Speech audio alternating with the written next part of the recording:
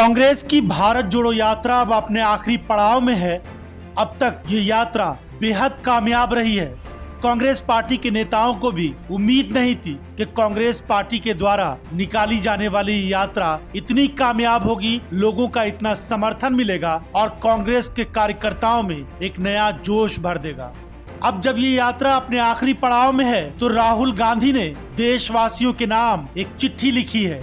राहुल गांधी ने चिट्ठी में यात्रा के अनुभव और देश की मौजूदा समस्याओं के बारे में विस्तार से लिखा है।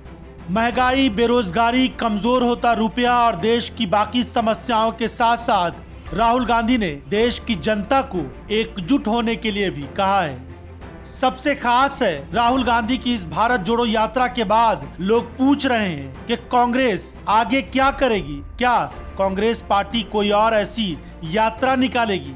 राहुल गांधी ने इस चिट्ठी में अगले कार्यक्रम के बारे में भी बता दिया है। कांग्रेस पार्टी की अगली यात्रा हाथ से हाथ जोड़ो अभियान का भी इसमें जिक्र किया गया है।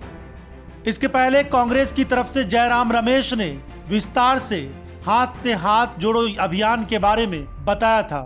ये हाथ से हाथ जोड़ो अभियान एक तरीके से देखा जाए तो ये भारत जोड़ो यात्रा का एक्सटेंशन है, दूसरा चरण है। कई सवाल उठाए गए थे कि भारत जोड़ो यात्रा में कोई राजनीतिक मुद्दे नहीं उठा रहे हैं, आप चुनाव से आप कुछ लेना देना नहीं है, पर आप राजनीतिक पार्टी हैं।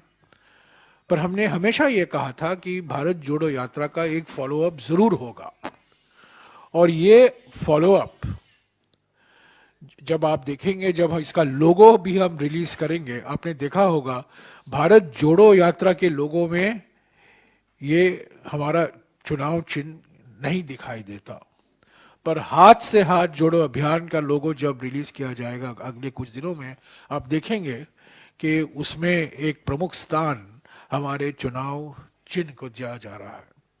यानी कि हाथ से हाथ जोड़ो अभियान, भारत जोड़ो यात्रा का अभियान, भारत जोड़ो यात्रा का जो संदेशा है उसको राजनीतिक भाषा में बदलकर, चुनावी भाषा में बदलकर हर घर में पहुंचाने की प्रयास की जाएगी। और 26 जनवरी को इसकी शुरुआत हर राज्य में होगा। यात्राएं होंगी, जैसा कि मैंने कहा, महिला यात्राएं होंगी, पर हर ब्लॉक में अलग से अलग यात्राएं होंगी, अलग विषयों को लेकर।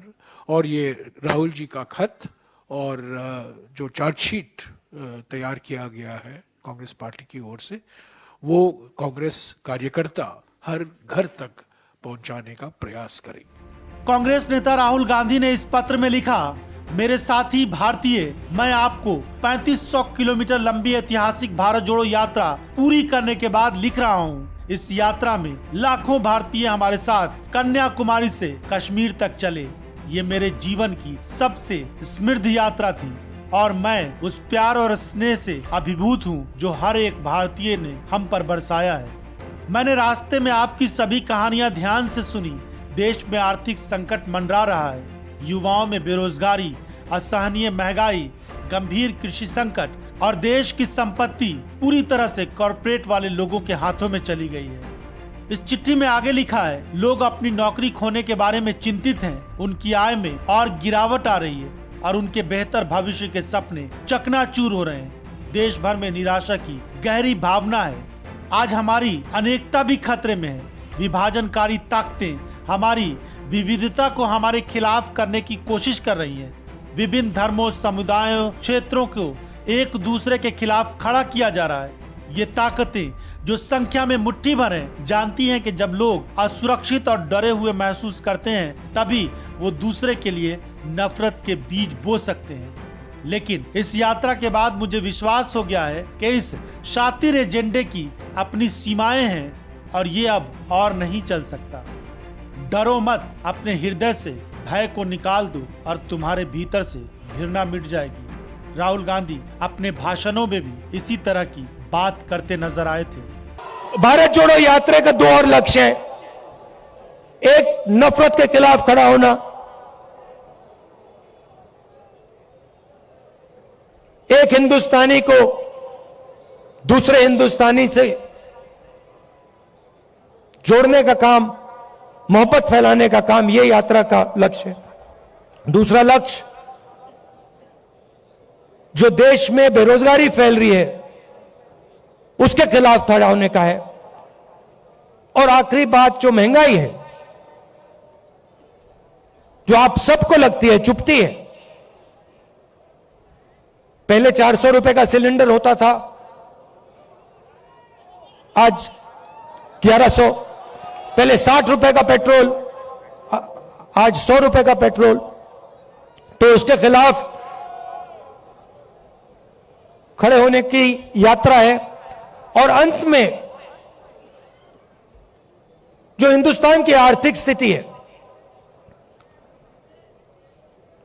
जो मैंने पहले बात बोली,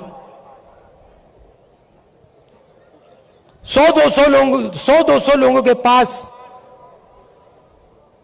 हिंदुस्तान का 50-60% धन, और किसान, मजदूर, छोटे व्यापारियों के पास कुछ नहीं। ऐसा हिंदुस्तान हम नहीं चाहते हैं।